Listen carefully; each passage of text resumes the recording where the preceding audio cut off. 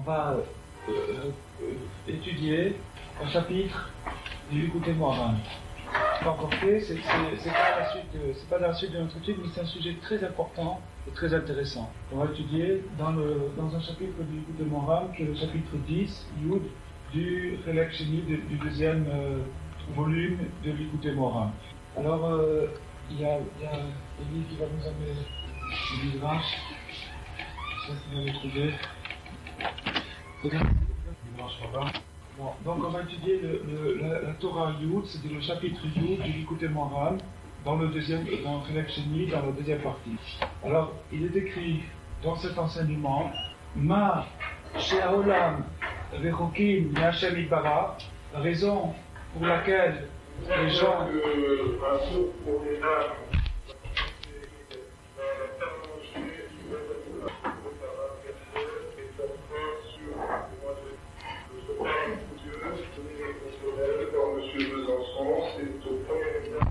Bon, alors donc, Ma she'olam rechokim me'Hashem yitbarach, la raison pour laquelle les gens sont loin d'Hachem. La raison pour laquelle les gens sont loin d'Hachem. On cherche la raison pour laquelle les gens sont loin d'Hachem. Et qu'ils n'arrivent pas ils ne se rapprochent pas d'Hachem. Les gens sont loin d'Hachem et ils ne se rapprochent pas. Alors on va étudier la raison, on va savoir pourquoi. Ou Rak, c'est uniquement, Nachman dit qu'il n'y a qu'une seule raison. Rak, ça veut dire c'est exclusif, il n'y a qu'une seule raison. Urak, Mahmat, She'en Lahem, Yishuv Hadat. La seule et unique raison pourquoi les gens sont loin d'Hachem, c'est parce qu'ils n'ont pas de Yishuv Hadat, c'est-à-dire de stabilité mentale, de calme d'esprit, de réflexion. Yishuv Hadat, ça veut dire tout ça. Yishuv, ça veut dire littéralement l'installation, comme Yishuv. Eli, vous le trouvez, Yishuv, c'est l'installation. Et c'est-à-dire la stabilité, et Da'at, ça veut dire l'esprit, la conscience. Donc, d'avoir une conscience stable, calme, ça s'appelle Ibadat, une réflexion, d'avoir une réfléchir, ça s'appelle Yishuvadat. Et le fait que les gens n'aient pas de Yishuvadat, c'est-à-dire qu'ils ne réfléchissent pas, ils ne se stabilisent pas, ils ne prennent pas une réflexion avant d'agir, ça c'est la seule raison, la unique raison pour laquelle les gens sont loin d'Hachem. Loin d'Hachem, ça veut dire loin de la perfection, loin de la paix intérieure, loin de la réalisation qui arrive, loin de toutes ces choses-là.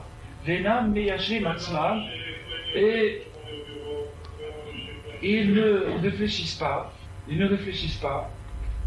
Vaikar, donc ils ne réfléchissent pas, ça c'est la raison, le fait que les gens ne réfléchissent pas, ils se laissent porter par les événements, ils se laissent conduire par la vie, sans réfléchir. Ça c'est la raison unique de toutes les erreurs qu'on peut commettre. De toutes les erreurs que les gens commettent. Ve'ika, et l'essentiel, les hishtadel, de s'efforcer, l'essentiel donc pour réparer ça, les hishtadel de s'efforcer, les yashev atzmo etev, de bien réfléchir en soi-même, ma atarlit mikol atavot ou mikol inane olamazé. Quel est l'aboutissement de tous les plaisirs et de toutes les occupations de ce monde. Et donc ici Rabbi Nachman nous a tracé la route de la réflexion, nous a dit qu'est-ce que ça voulait dire réfléchir. Réfléchir, ça veut dire prendre un point et le prolonger jusqu'au bout, jusqu'à son extrémité, jusqu'où ça mène la chose, jusqu'où la chose mène.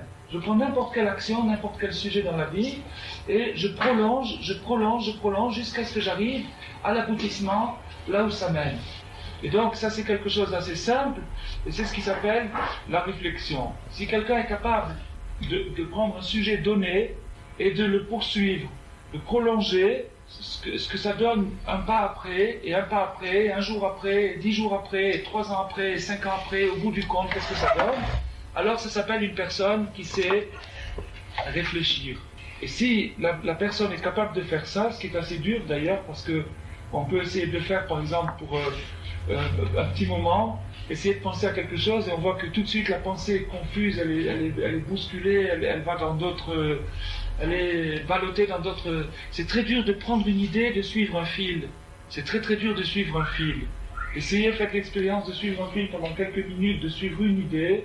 sans être distrait par d'autres idées, vous allez voir que c'est très très dur. Et donc l'incapacité que la plupart des gens, pour dire la vaste majorité de l'humanité, a de prendre une idée et de la mener jusqu'au bout, ça s'appelle le manque de yeshuvadat, c'est-à-dire le manque de réflexion, c'est pas réfléchir. Et à cause de ça, c'est la seule et unique raison, c'est la seule et unique raison pour laquelle les gens sont loin d'Hachem. Il ne faut pas dire parce qu'ils sont méchants, ou parce qu'ils sont faibles, ou parce que c'est... Non, tout ça, c'est des fausses raisons. La seule et unique raison, c'est un manque de réflexion.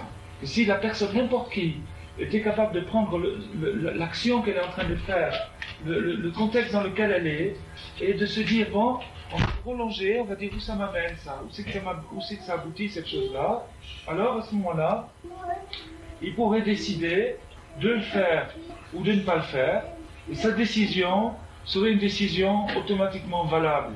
S'il va prolonger, c'est-à-dire s'il prend la photo, l'image de l'aboutissement, à quoi ça va ressembler dans 15 ans, cette action, qu'est-ce qu'elle va apporter comme conséquence, immédiatement il serait sauvé d'un tas de problèmes, et il n'aurait même plus de problèmes du tout.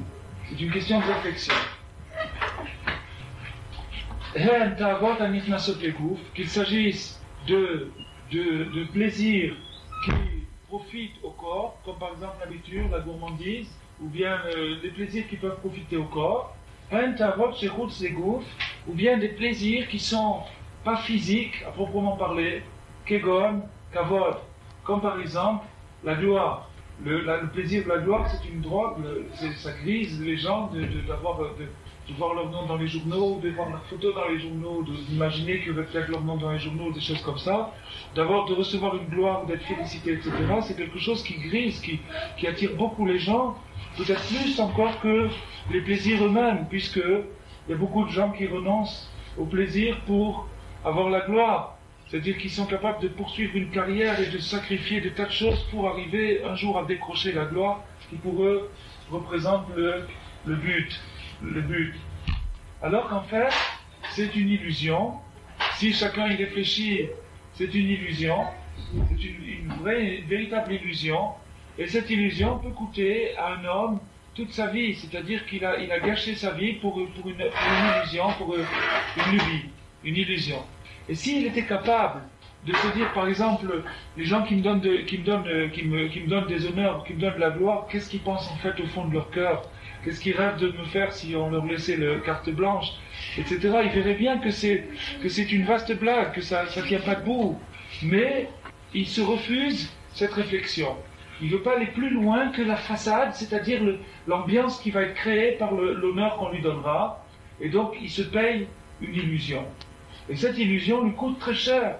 Parce que pour soigner son image et soigner sa façade, et donc en prenant le cas par exemple de la gloire, il est capable, chas v'shalom, de commettre des bassesses, de faire de l'hypocrisie, de faire des choses comme ça. Et donc il se trahit lui-même et il fausse son chemin à cause de cette illusion-là.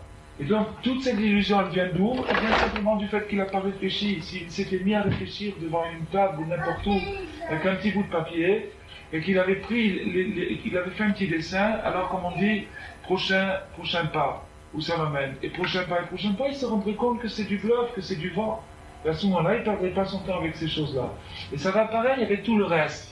Que si la personne est capable d'envisager l'aboutissement ultime d'une action, alors elle saura s'il faut la faire ou pas, avec son simple bon sens. Rabbi Nachman a dit que quelqu'un qui, au fur et à mesure que, ça c'est une chose connue, au fur et à mesure qu'une personne fait des erreurs, elle s'appauvrit, mentalement elle s'appauvrit, c'est-à-dire qu'elle affaiblit son potentiel, elle affaiblit ses capacités, sa mémoire, ses réflexes mentaux, toutes ces choses-là s'affaiblissent, et il arrive qu'un homme, après avoir accumulé des sacs et des sacs et des tonnes d'erreurs, soit vraiment très très fatigué. Rabbi Nachman dit à ce moment-là, quand il lui reste plus qu'un tout petit morceau de cervelle, c'est-à-dire que tout le reste est usé, déchiré, souillé, traîné dans la boue, qu'il reste plus qu'un tout petit morceau qui est encore un peu vivant, il dit Rabbi Nachman qu'avec ce petit morceau, il peut encore conquérir le monde. Ce petit morceau est suffisant pour encore conquérir le monde. Il a la force de se conquérir lui-même, de recommencer et de faire fortune encore mentalement, spirituellement. Parce qu'il y a des forces dans l'homme qui sont divines, qui ne sont pas des forces ordinaires. Seulement on les ignore. Et, hein? Pardon? Il doit être aidé. Bien sûr qu'il doit être aidé. Il doit être aidé. L'aide principale, c'est de le savoir. L'aide principale, c'est ce que nous faisons maintenant, c'est-à-dire de prendre conscience et de le répéter sans arrêt, et de le répéter tous les jours s'il le faut. Ça, c'est l'aide principale. La plus grande aide qu'on puisse faire à quelqu'un, c'est de lui faire connaître sa force. C'est de lui faire connaître sa force. Faire le boulot pour lui, mâcher le travail, c'est pas une aide.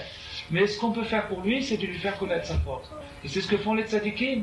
Quand ils nous révèlent des choses comme ça, c'est marqué dans Sichot Avan, c'est quelque chose d'absolument authentique, que si Chas V'Shalom, quelqu'un est un pécheur, un balavera, etc., qui s'est complètement dégradé, il lui reste juste un petit réchimo, une petite trace de cervelle, quelque chose qui ressemble encore à de la conscience. Avec ça, il peut encore recommencer sa vie, il peut encore refaire fortune.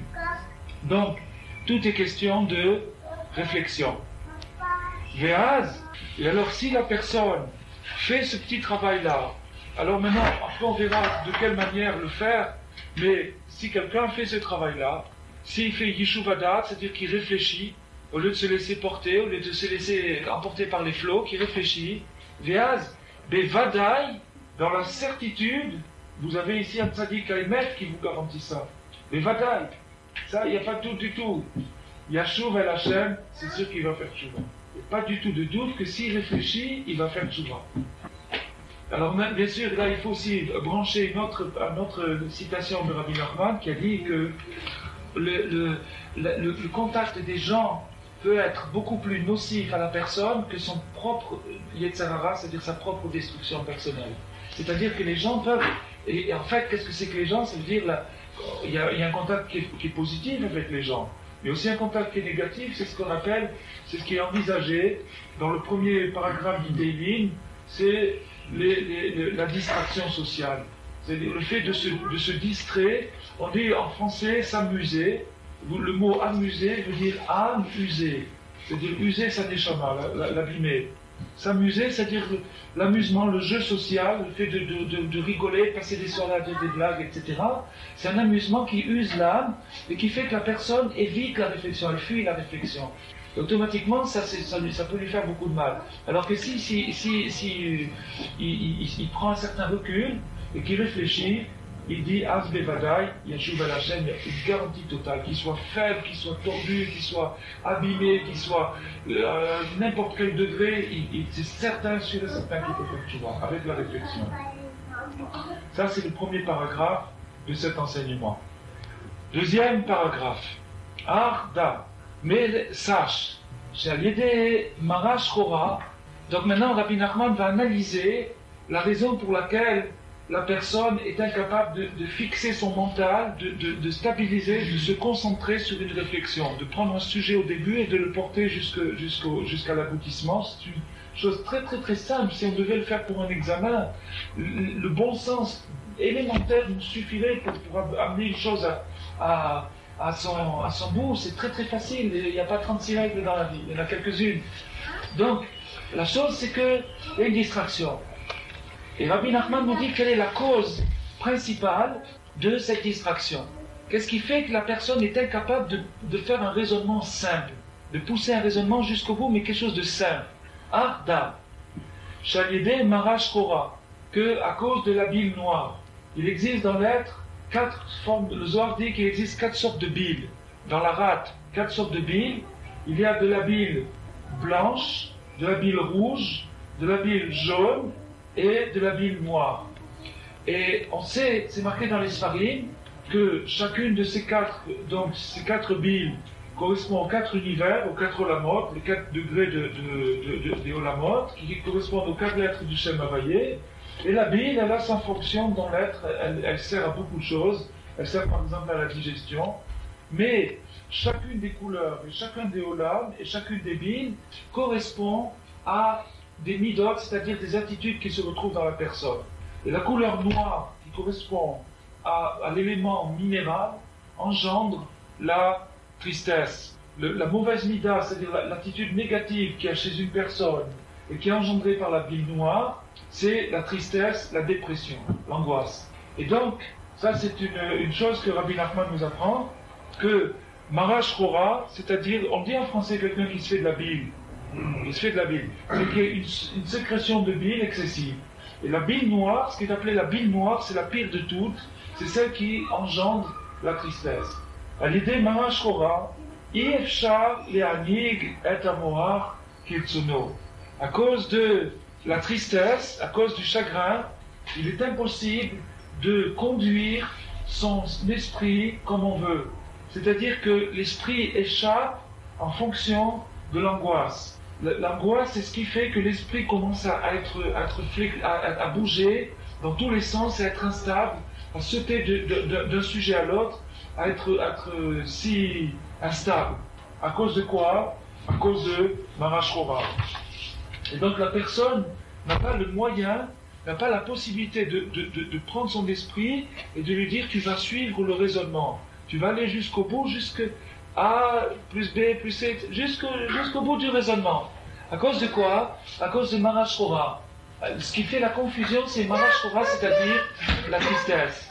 La tristesse peut se voir, bien sûr, il y a toute une gamme de sortes de tristesse qu'on va essayer d'évoquer ce soir. On va essayer d'évoquer les principales en tout cas.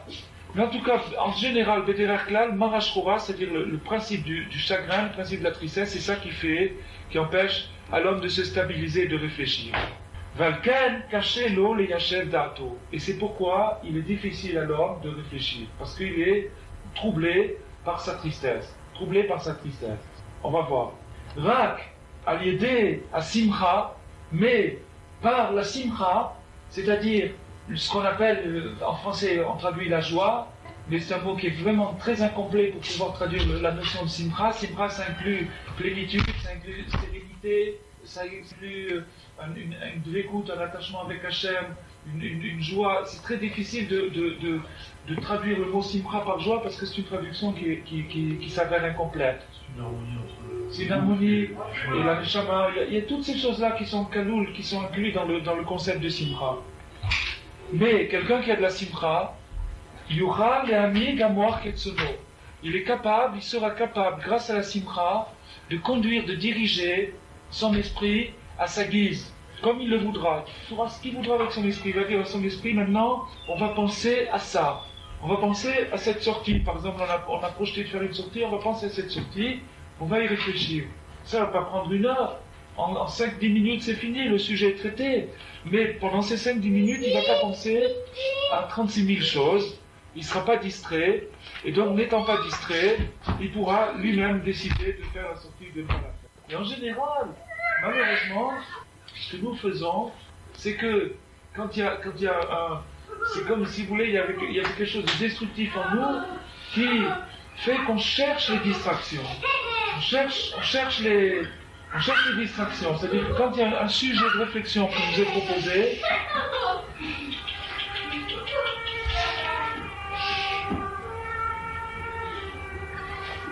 alors on cherche les distractions, c'est-à-dire on dirait qu'il y a quelque chose en nous qui nous pousse à chercher la distraction et ne pas pousser la chose jusque. Et ça, généralement, c'est d'une façon générale la distraction. Veyuchal, le yashev dato. Et il pourra, grâce à la simcha, réfléchir. Il pourra réfléchir, il pourra prendre son cerveau, il pourra prendre son esprit et le conduire droit devant lui, c'est-à-dire pousser un raisonnement jusqu'au bout. Arriver à un raisonnement complet. Qui simcha ou olam acherut. Parce que la joie est libératrice. Elle libère la personne de ses chaînes, elle la libère de tout ce qui pèse sur elle et qui l'empêche de réfléchir. Elle libère carrément l'esprit. L'esprit est prisonnier, il est prisonnier par l'angoisse, c'est l'angoisse qui le tient comme ça. Et la simcha, au contraire, libère l'esprit. Beprinat ki besimcha tetzeu. C'est comme il est dit dans le Navi, Yeshaya, qui besimcha, c'est par la simcha. Besimcha, ça peut se comprendre de deux façons. C'est-à-dire dans la simcha et par la simcha. Ça peut se traduire de deux façons. Qui besimcha, c'est par la simcha, c'est dans la simcha que vous sortirez. Sortirez d'où? Sortirez de l'exil. Par la simcha. J'allais dire simcha, que grâce à la simcha, nasim Ben Horim, la personne se libère, elle devient libre, elle est libérée de ses chaînes. Alors maintenant, on a entendu souvent, il y a des gens qui assimilent la notion de religion avec austérité, et de l'austérité, il passe très très vite à la tristesse, et de la tristesse au désespoir, et du désespoir à l'abandon, c'est-à-dire le contraire de la religion, et donc il est passé d'un extrême à l'autre sans s'en rendre compte, en croyant qu'il était dans des choses qui étaient voisines. C'est comme ça qu'on glisse. En vérité, c'est tout à fait le contraire. La Torah demande la simcha, et le seul moyen de faire la Torah, c'est d'avoir de la simcha. Il n'y a pas d'autre moyen. Si quelqu'un n'a pas de simcha, il s'écarte de la Torah. Si quelqu'un alors comment faire? Non, on va dire, mais moi j'ai pas de simcha, mais si vous êtes bien marrant, je voudrais bien en avoir, mais si je l'ai pas, je l'ai pas. Alors, il y a une notion que Rabbi Nachman a développée dans un chapitre un petit peu plus loin, où il a dit une parole qui est un peu connue aujourd'hui, mitzvah gedola, liot besimcha tamid. Mitzvah gedola, c'est une grande mitzvah, liot besimcha tamid, d'être toujours besimcha, d'être toujours content. Mais quand on parle de mitzvah, on s'imagine que mitzvah veut dire une bonne action, c'est-à-dire que c'est bien, s'il est content, c'est bien. Mitzvah ne veut pas dire ça du tout, mitzvah veut dire une obligation, une responsabilité religieuse, c'est-à-dire c'est un devoir. C'est un devoir d'être content. Content ou pas content, il faut être content. Voilà ce que veut dire mitzvah. Qu'est-ce que ça veut dire les téphilines? Téphilines, content ou pas content, il faut mettre ses téphilines, c'est un devoir, c'est une obligation, c'est une responsabilité vis-à-vis de moi-même, je dois mettre mes téphilines. Un point, c'est tout. Non, mais l'Imelach, il a dit, il a dit de mettre des téphilines le matin.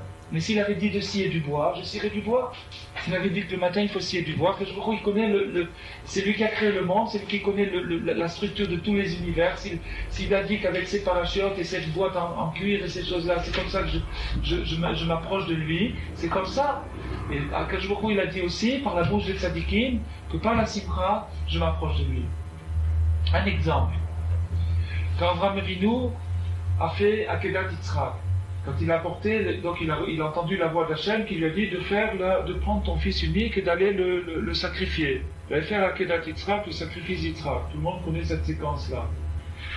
Il est marqué dans les Sfarim, d'où peut-on savoir que Avraham Avinu a fait son devoir avec Simcha. Il a fait ce devoir, il a porté Yitzhak au sacrifice avec Simcha. Il était content de faire ça. D'où peut-on le savoir? Comment? Non, c'est pas de ce détail qu'on le voit. Yashkem Abokar, c'est-à-dire qu'il s'est levé et qu'il a été Bezrizout. Bezrizout, c'est-à-dire qu'il a fait avec empressement. Mais il peut y avoir un empressement un peu contrarié, c'est-à-dire que c'est quand même son fils unique. Ou bien il y avait tous les problèmes qui se posaient à lui à ce moment-là, c'était le problème de la succession, qui était le problème principal. Comment est-ce qu'il allait transmettre son message au monde? Akadosh Baruch Hu avait promis que son fils allait être son héritier, et maintenant il lui dit il faut le sacrifier. Ça posait un problème de conscience. Mais donc, Vayeshkem Abokar nous prouve qu'il a été empressé, qu'il l'a fait rapidement, mais pas encore qu'il a été content.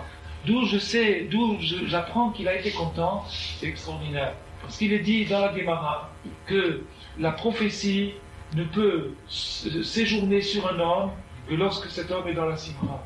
Jamais la prophétie n'a séjourné sur un homme triste. Jamais. Les prophètes étaient des hommes qui étaient exubérants de joie, d'une joie profonde, d'une joie spirituelle, mais ils étaient débordants de simra. Il n'y avait pas du tout du côté morbide ou du côté austère ou un truc comme ça. C'était la simra à son comble. Et la prophétie ne peut séjourner. Il y a d'autres qualités requises, mais une des qualités requises, c'est la simra. Et pour qu'Avraham Avinu ait entendu la voix de l'ange qui lui dit non, arrête, il fallait qu'il ait la prophétie. Et écouter la voix de l'ange, c'est la prophétie. S'il n'avait pas eu la simra, il n'aurait pas eu entendu la voix de l'ange et il aurait tué son fils. S'il n'avait pas eu la simra. Et donc du fait qu'il a entendu la voix, ça veut dire qu'il a été sensible, il a capté la prophétie. Le fait qu'il a capté la prophétie est une preuve qu'il était Bessimcha à ce moment-là. Alors on va dire, oui, mais ça c'est Avraham Avinu, ça c'est bon, d'accord, Avraham Avinu, le patriarche, d'accord. Mais pour nous c'est simple aussi, c'est la même règle. On a tous besoin de prophétie. On a expliqué toute la semaine dernière, pendant tout le courant de la semaine dernière, à quel point chacun de nous est constamment appelé par Hachem, qui reçoit des messages constamment par Hachem, et donc, pour recevoir ce message qui nous guide et qui nous dirige constamment, une condition, la simcha. Si une personne n'a pas de simcha, elle passe à côté. Elle passe à côté du principal, elle loupe le principal. Surtout Shabbat, mais toute la semaine aussi. Donc la simcha, vue de cet angle-là, n'est plus facultative, c'est pas quelque chose qu'on peut espérer si tout va bien, alors je serai content. Non, c'est d'Afka quand tout va mal qu'il faut que je commence à chercher un moyen d'être content. Et c'est ça c'est le sens de la simra, telle qu'elle est conçue par la Chassidut. C'est un devoir sacré, un devoir vis-à-vis de soi-même. On n'a pas le droit d'être abattu. On n'a pas le droit de se laisser abattre. On n'a pas le droit de laisser rentrer en soi le moindre doute que ce qu'on fait c'est bien et qu'il faut continuer et qu'on est sur la bonne route et qu'on ne peut pas trouver mieux et on n'a pas le droit de laisser rentrer du doute dans ce sens-là. Et alors justement, à ce moment-là, on va illustrer cette explication par un midrash. On va illustrer cette explication par un midrash dans le midrash Rabbah.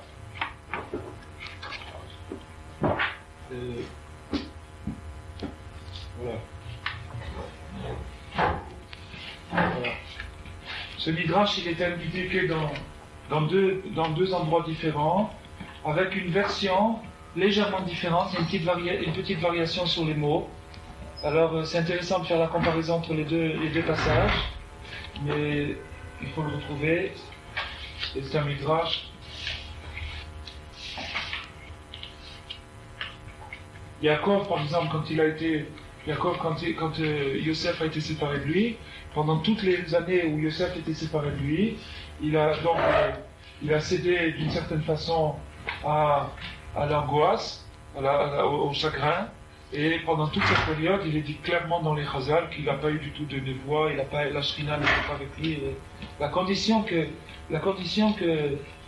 personne puisse avoir l'inspiration dont il a besoin, chacun au niveau où il a besoin, c'est la simcha. Et Rabbi Nachman dit, Béférouche, il dit, sans équivoque du tout, il dit que quelqu'un qui essaye d'être juif comme il faut, d'avancer un peu dans la Torah, à partir du mot, voilà, je trouvais l'autre, voilà, on va faire celle-ci, puis après on cherchera ici, si c'est nécessaire. La raison pour laquelle oui, Rabbi Nachman il dit que dès qu'une personne rentre dans le chemin de la Torah, dans quelque mesure que ce soit, à partir du moment où il met son pied dans la Torah, c'est une avéra, c'est-à-dire c'est une transgression, une faute majeure, la tristesse.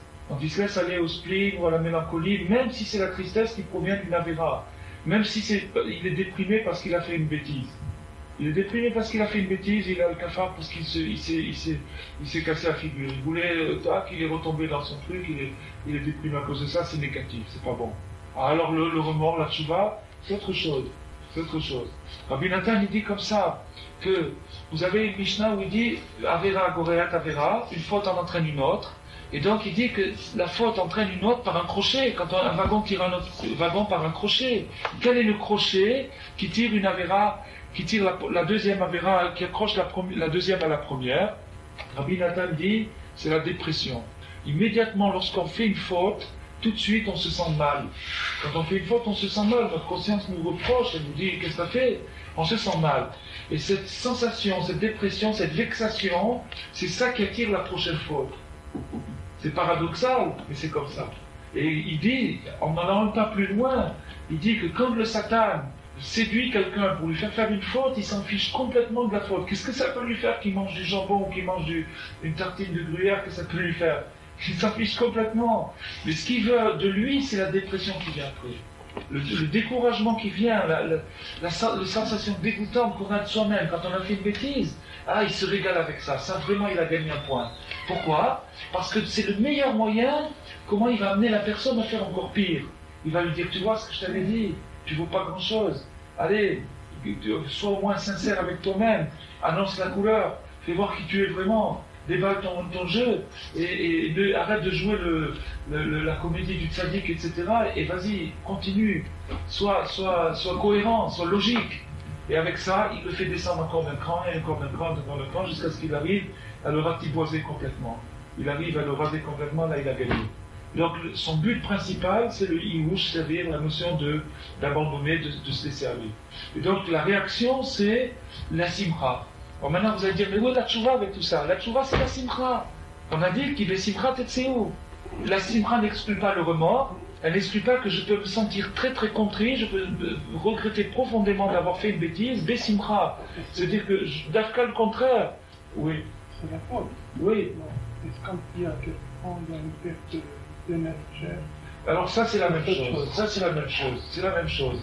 Quand il y a par exemple un tzaddik qui a quitté le monde, un tzaddik qui a quitté le monde, il y a une période de deuil, et essentiellement parce que la lumière que ce tzaddik a amenée sur terre n'est plus là pour nous guider, et donc il y a une période de deuil, et c'est même au contraire un tikkun de pleurer sur un homme kasher, c'est un tikkun.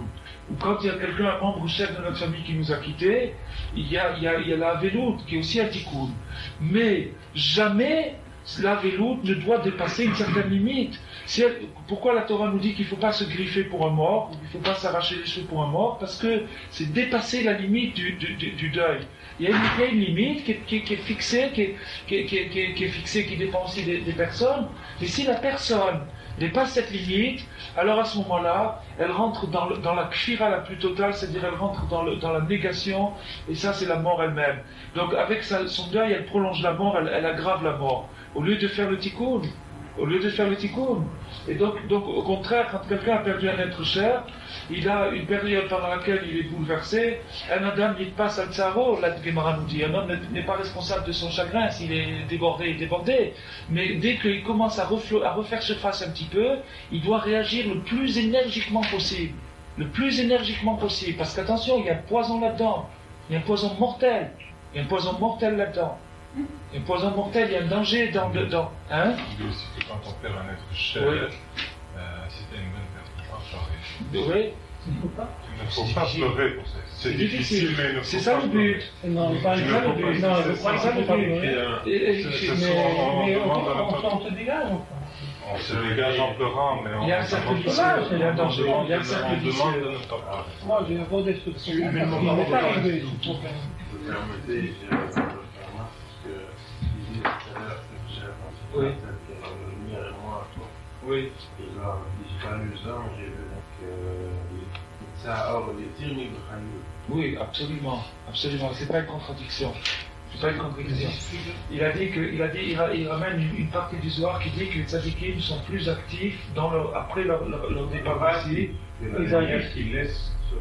Oui, d'accord. Donc ils sont plus actifs. On parle de cette lumière dans son sens actif, c'est de ce qu'elle peut obtenir auprès des gens. C'est de ça qu'on parle.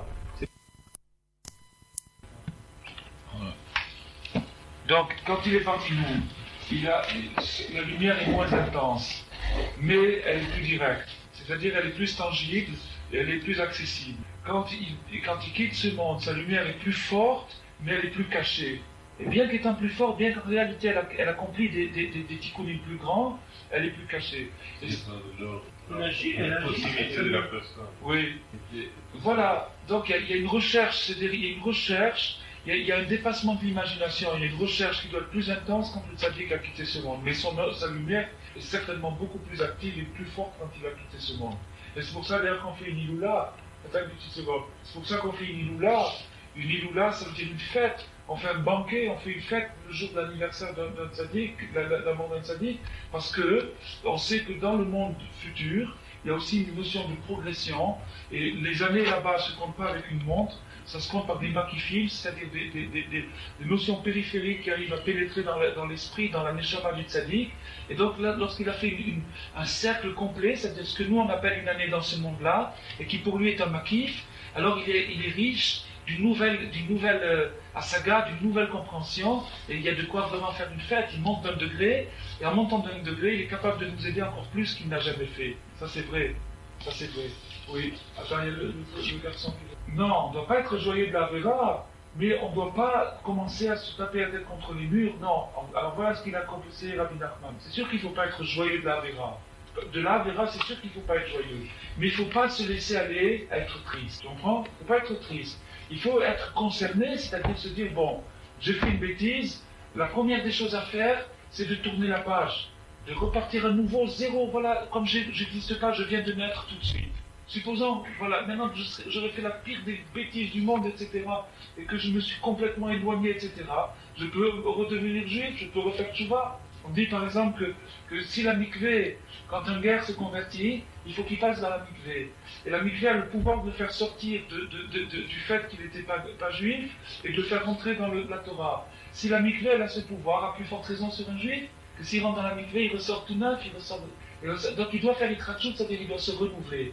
Et le moment venu, c'est-à-dire un moment par jour, il choisit un moment par jour, et là il fait son cheshbon en nefesh. Le soir il appelle ça marée des cheshbonah, ceux qui font des calculs, il fait son cheshbon en nefesh, il réfléchit avec l'ishuv hadarat, avec calme, avec stabilité, il réfléchit, est-ce que c'est comme ça qu'il faut faire?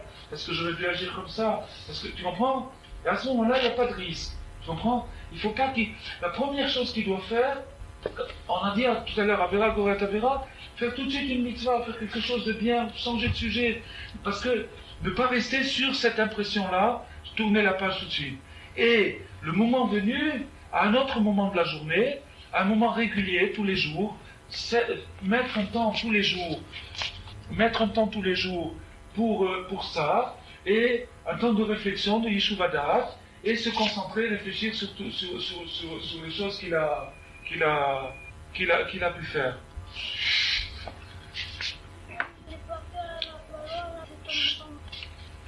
Bon, alors maintenant,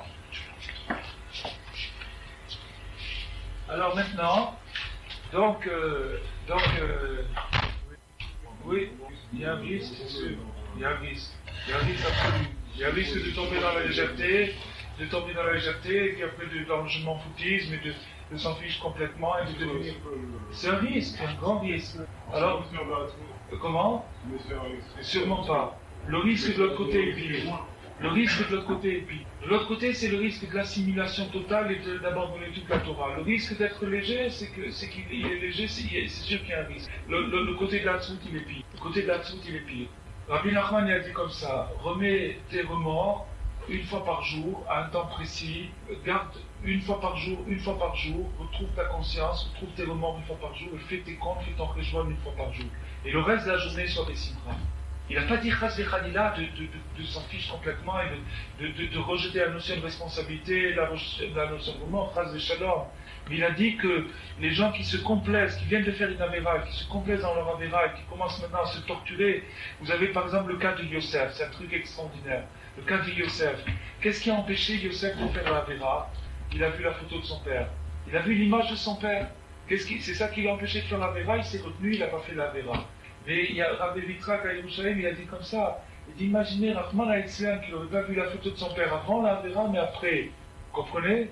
Alors là, c'est le suicide. Vous comprenez? Et ça, c'est ce qui se passe avec nous constamment. La conscience, elle nous fiche la paix avant la Avera. Mais une fois qu'on a fait la Avera, elle revient et dit ah, alors tu es tombé, et elle revient avec. Alors ça, c'est ça qui est négatif. C'est pour ça que Rabbi Nachman a dit tout de suite, si grâce à quelqu'un fait une Avera, il doit tout de suite tourner la page, tirer un trait, passer à autre chose, et le moment venu, qu'il faut pas non plus négliger, le moment venu, il fait ses comptes, il dit pourquoi tu as fait ça. Et en général, il se rend compte que quand le moment vient, les remords sont très atténués, et la conscience, elle est très...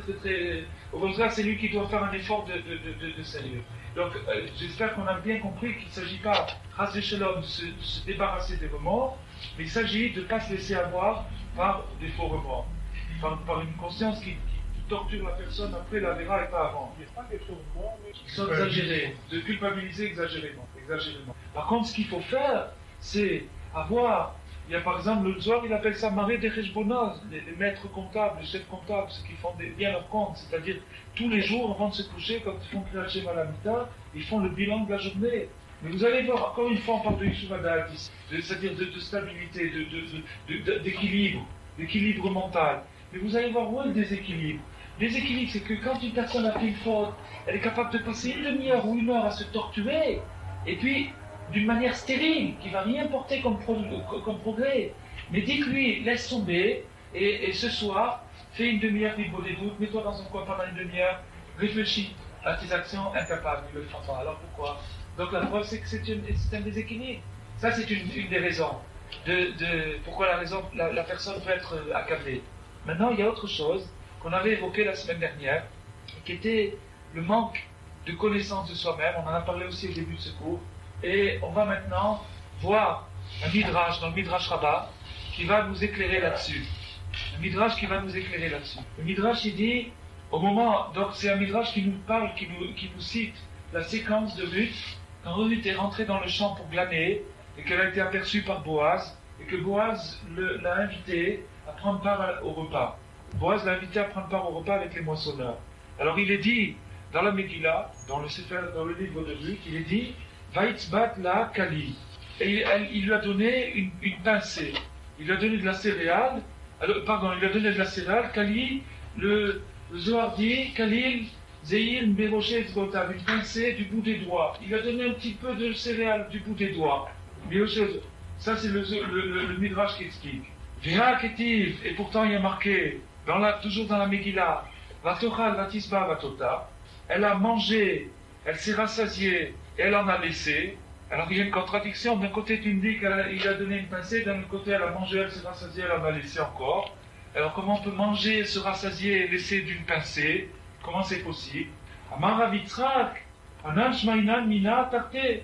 Je peux interpréter, Ravitzrak il a dit, je peux interpréter cette chose-là de deux façons. Oh, bracha, shora, beyado, shaloto, tzadik. Ou bien je vais dire que la main de Boaz, elle est tellement bénéfique qu'il a la bracha dans ses doigts et que quand il donne une pincée, tout le monde est rassasié. C'est une explication, je peux interpréter comme ça. Oh, bracha, shora, bemea, shaloto, tzadik. Ou bien c'est dans le ventre de Ruth qu'avait la bracha. Là, elle mange avec une pincée et ça devient, ça prospère, elle est rassasiée avec une pincée de céréales, une petite pincée. Donc je ne sais pas. Et là, alors, Mimma dirti vatoral vatisba vatota, du fait que la Megillah, le livre de Ruth, attribue l'action à elle, c'est-à-dire elle a mangé, elle s'est rassasiée et elle en a laissé. Anu yodim shebracha shora betor meya shel ota tzedeket. On en conclut, on en déduit que la bracha se trouvait dans le ventre de cette tzedeket, puisque c'est elle qui a fait l'action. Donc le Midrash explique que c'est elle qui a le mérite, parce que c'est-à-dire le Navi, Shmuel Navi qui a écrit la Megillat Ruth, il a fait allusion à ça. Amar Rabbi Yitzhak, la matecha Torah derech eretz. Alors Rabbi Yitzhak continue, il nous dit que la Torah nous a enseigné ici, dans ce passage, en douce, c'est-à-dire d'une manière d'allusion. Elle nous fait allusion, elle nous glisse un message de derech eretz, c'est-à-dire de savoir-vivre. Derech eretz, kadma la Torah, savoir-vivre, c'est-à-dire le bon sens, le chemin de la terre, ça vient encore avant la Torah. Ce sont les bases nécessaires pour être juif. Avant de rentrer dans la Torah, il faut certaines bases, des bases de connaissance, de derech eretz, de bon sens, qui permettent de rentrer dans la Torah. Quelle est la base qu'on apprend ici? Quel est le derech eretz qu'on apprend ici?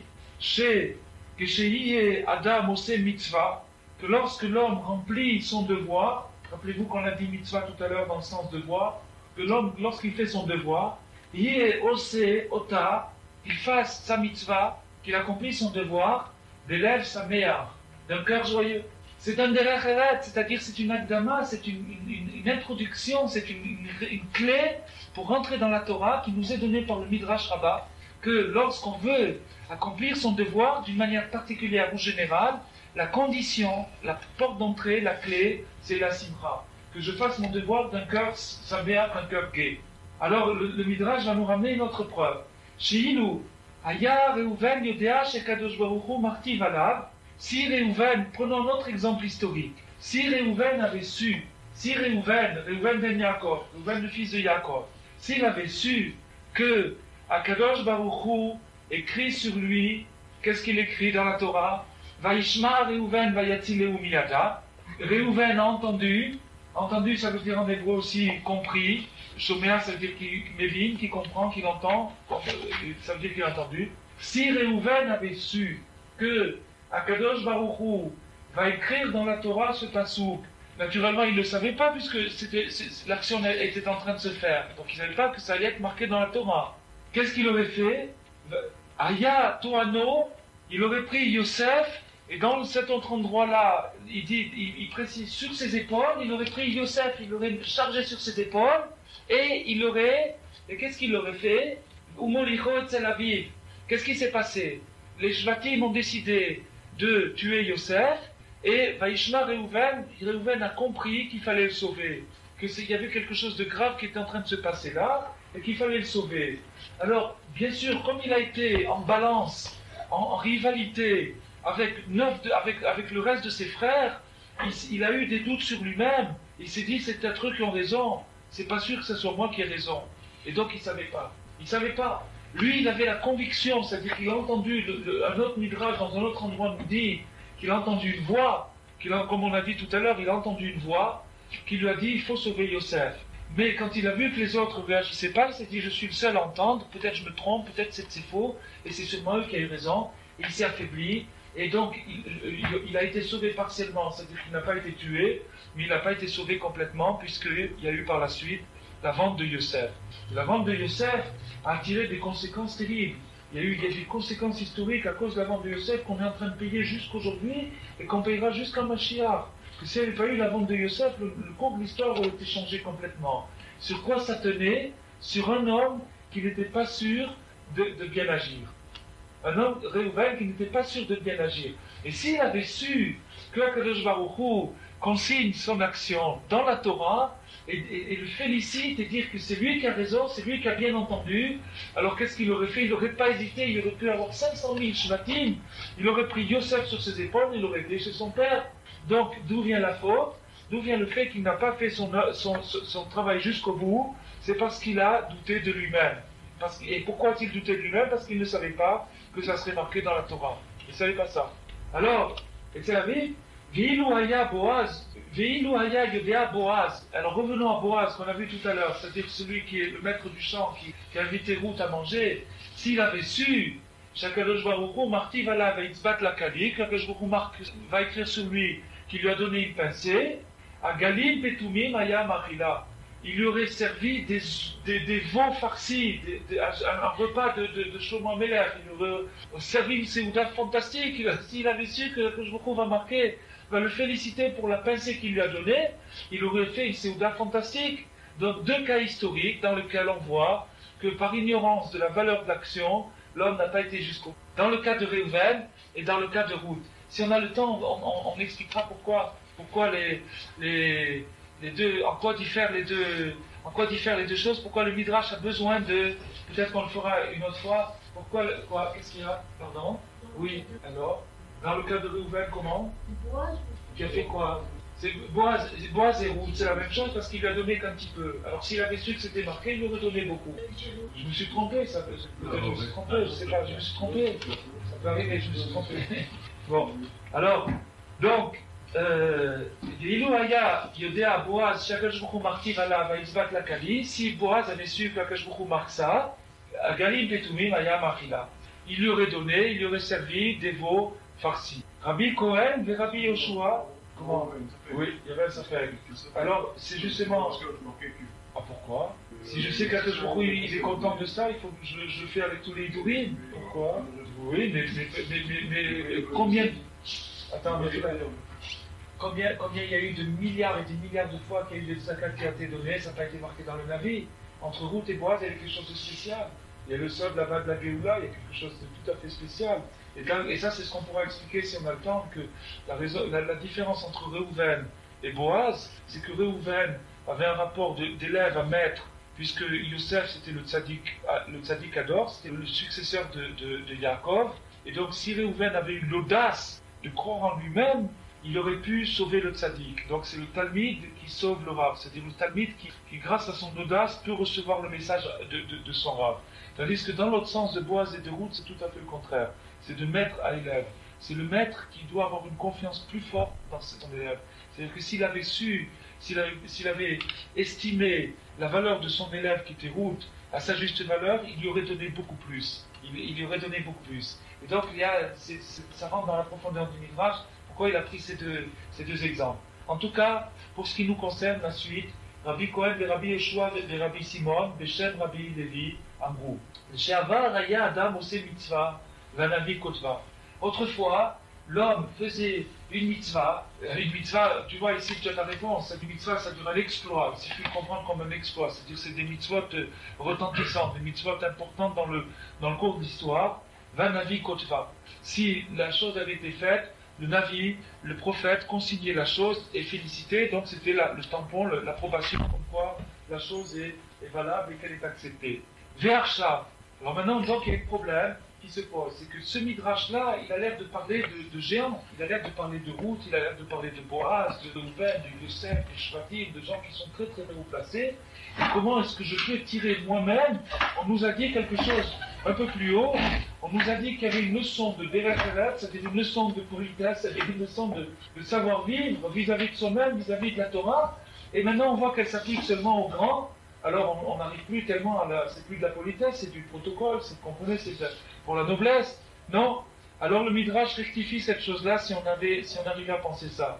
Autrefois, lorsque l'homme faisait une mitzvah, lorsqu'il y avait un acte spécial qui était fait, il était mentionné, il était consigné par le Navi. Ve'achav, et maintenant, Adam aussi mitzvah, lorsque l'homme fait une mitzvah, l'homme courant, lorsqu'il fait une mitzvah, mikotva, qui va l'écrire? Est-ce qu'il y a quelqu'un qui est derrière nous avec un micro ou en train de dire tout ce qu'on fait? Alors le Midrash répond, Eliyahu ou Melech HaMashiach. Eliyahu HaNavi et le Melech HaMashiach sont derrière chacun de nous. Et chaque fois qu'on fait une action, ils sont en train de la consigner, de l'écrire. Ve'akadosh Baruch Hu chotem al yadehem. Akadosh Baruch Hu tamponne, acquiesce, met sa griffe sur cette action-là. Donc finalement, le fait qu'il y a dévoré, qui a minimisé l'action de Réhouven, c'est son ignorance du but, c'est-à-dire du fait que la chose allait être félicitée. La même chose pour Boaz, mais pour nous, le cas n'est pas là. Le Midrash nous donne la réponse. Sache que ce que tu fais est très valable, sache que Hachem aime ce que tu fais, et sache que Eliyahu HaNavi, Melech HaMashiach, sont là derrière toi et qu'ils évitent tout ce que tu fais. Et que beaucoup lui-même signe. Et là-dessus, je demandais. Ouais.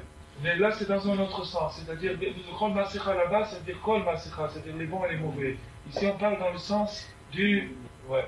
Donc maintenant, il faut dire que le Rabbi Nathan nous dit qu'il y a une mitzvah c'est marqué dans la Torah, bien sûr, c'est une mitzvah de la Torah, qui s'appelle la mitzvah de Leket. La mitzvah de Leket, justement, on parle de route, c'est la mitzvah de la glanure. C'est-à-dire que quand il y a des épis de blé qui sont tombés derrière un chariot, on est en train de faire la moisson, il y a des épis de blé qui sont tombés, je n'ai pas le droit de les ramasser, je dois les laisser pour le pauvre qui vient, je n'ai pas le droit de les ramasser.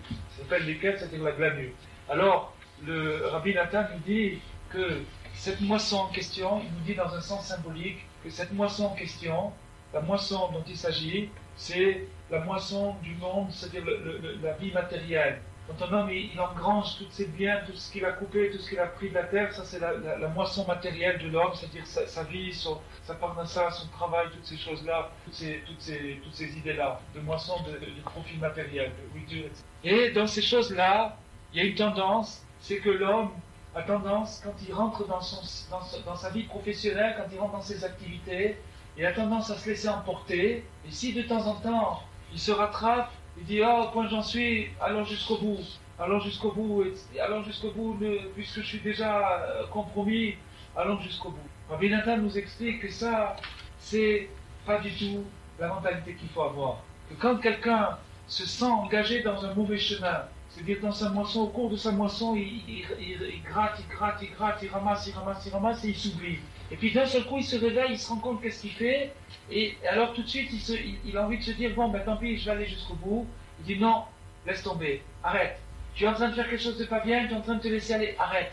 Va pas jusqu'au bout de l'action, arrête-toi maintenant. Alors il dit, Rabbi Nathan, quand quelqu'un s'arrête en cours d'une mauvaise action, il s'arrête net, il se dit, c'est pas parce que j'ai commencé que je dois continuer, c'est comme s'il laissait tomber de son chariot. Il dit, le pauvre qui est derrière le chariot et qui ramasse les épis, c'est Mashiach. Mashiach est appelé à Ani, un pauvre qui recherche al-Khamor, qui chevauche un âne. C'est Mashiach qui ramasse tous ces épis de blé, toutes les choses qu'on laisse tomber, c'est-à-dire quand on laisse tomber une bêtise, qu'on arrête, on ne va pas jusqu'au bout de la bêtise, et on s'arrête en chemin.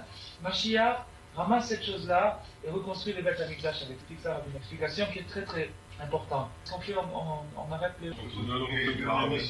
Oui. Alors, bon, on va finir ce petit passage, et après on va voir quelqu'un s'ils ont commencé, ils ont commencé déjà. À moins le quart. Ah ben c'est fichu alors donc on va faire... Oui, c'est... Pardon? J'entends pas plus fort, j'entends pas du tout. Parle plus fort, j'entends pas. Vous avez dit que Mashiach J'entends pas du tout, j'entends ça, mais là, qu'est-ce qu'il dit? Il demande est-ce que les Khatria prennent Bien, ici, bien. Mais écoute, je vais te dire une chose, il n'y a pas besoin de se forcer, on en fait assez comme ça. Il suffit d'arrêter celle qu'on fait, ça c'est pour faire venir Mashiach. On va de se forcer. Il faut savoir une chose, écoute bien cette chose-là. Les deux questions que tu as posées vont expliquer cette chose-là. Il faut savoir une chose, c'est que ce qu'on est en train d'étudier, c'est l'étude de la Chassidut. Et la Chassidut, c'est un enseignement très fort qui provient de Oraita Yatika Stima, c'est-à-dire la Torah qui va se révéler du comme Mashiach. Et la Torah, il est dit dans la Torah, Zachana Selo Samchayim, lo Zachana Savet. Dans tout l'enseignement de la Torah, il y a toujours une possibilité ou bien de trouver le remède ou de trouver le poison. Tu comprends? Donc tout ce qui s'enseigne, qui donne des forces extraordinaires, ce qu'on a étudié, ça donne des forces. Bien sûr, quelqu'un peut le déformer et faire ça avec ça une fausse religion, une interprétation complètement bidon et déformer un petit peu les choses et pousser un mot un petit peu de travers et c'est fini avec ça. Il a créé quelque chose de faux. Mais ça dépend de son cœur. Les choses sont pures à la source. Et si la personne est pure, elle peut progresser.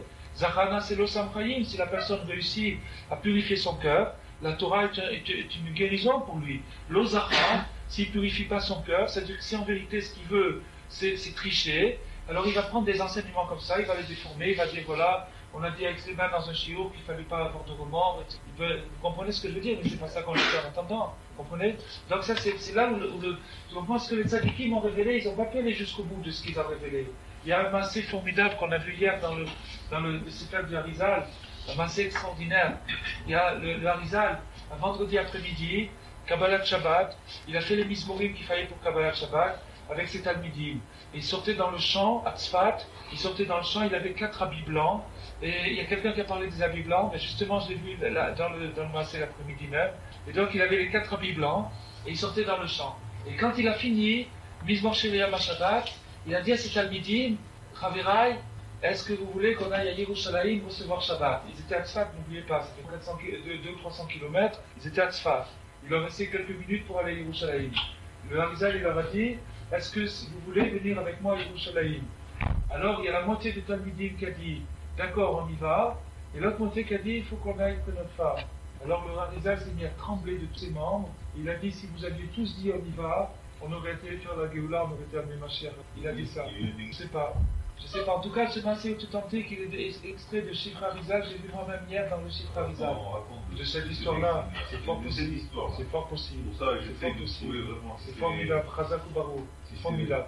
Et une des réflexions sur cette histoire, c'est que vous comprenez bien que si Ari Akadosh, il avait dit à cet Almidim, on va chercher ma chère et Yerushalayim, il n'y aurait pas un seul qui aurait eu l'audace de dire je vais après venir ma femme, je vais voir si les haricots ils sont cuits, vous comprenez, pour la Dafina, il n'aurait pas dit ça, vous comprenez. Donc si ça s'est produit, c'est que le Harizal a su ménager une porte à leur liberté, vous comprenez, il a su leur présenter d'une certaine façon qu'ils puissent, je réponds toujours à ta question, j'entends. C'est-à-dire que les tzadikim, quand ils nous enseignent un enseignement, ils nous laissent une porte à la liberté, c'est-à-dire on peut toujours s'imaginer des choses, mais c'est notre libre choix. Notre libre choix. Pardon? Non, il comprend bien. Il comprend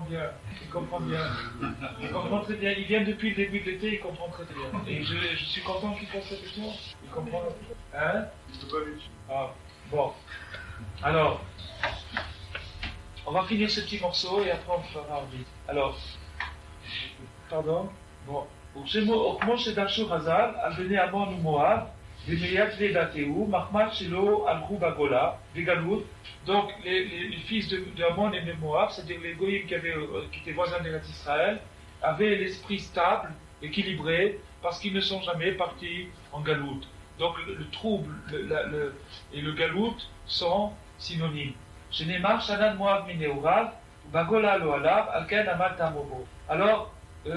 donc on a fini le deuxième paragraphe et on va faire juste 2 lignes. Et on peut même terminer, vous avez encore 5 minutes, on termine jusqu'au bout. Et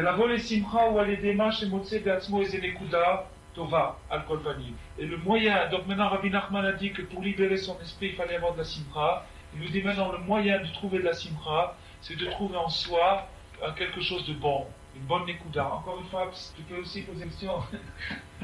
Et de trouver en soi une bonne nekuda.